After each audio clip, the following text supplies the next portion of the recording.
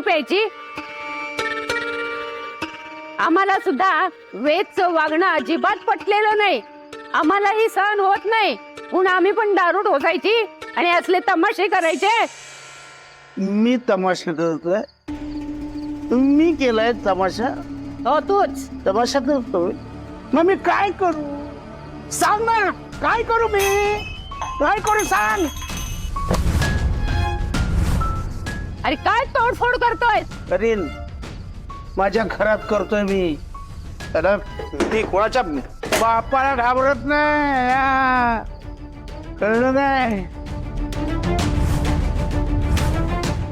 मी सहन करू शकत नाही ते. मला पशु होतो, पशु. माझा एक पण तोडगा त्या तिकडीला घराबाहेर का काढू शकतो? बोल ना. हो हळू. अरे बोलणार. माझ्या पापाचं घर आहे. कोणाच्या पापाची भीती आहे का मला? सगळी जुनी मडी माझ्या छातीवरती नाचताय. ती अमंग तिकडे जोपर्यंत या घरातून जात नाही ना, तोपर्यंत ही आज माझ्या डोक्यात अशी धुमसट राहत आहे. तिकडे ये. चलो घेऊन मात्र ये ये तिकडे.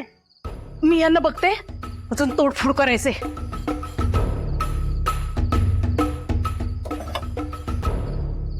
काय चाललंय या घरात खरंच? ए बाबा विठा, हे असले तमाशे आता रोजच सुरू होणार आहेत. हे बघ, तरी पण खोत घराण्यात रीतिरिवाजाप्रमाणे सगळे सणवार साजरे झालेच पाहिजेत. कुणाच्या येण्याने कुळाचार थांबवायचे नाहीत. जा, अभ्यंग स्नानाची तयारी कर. सगळं कसं शिस्तबद्ध व्हायला हवं.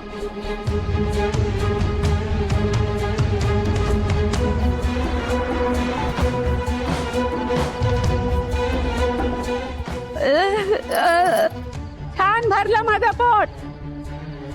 जा, सांगितलेली कामं नीट कर.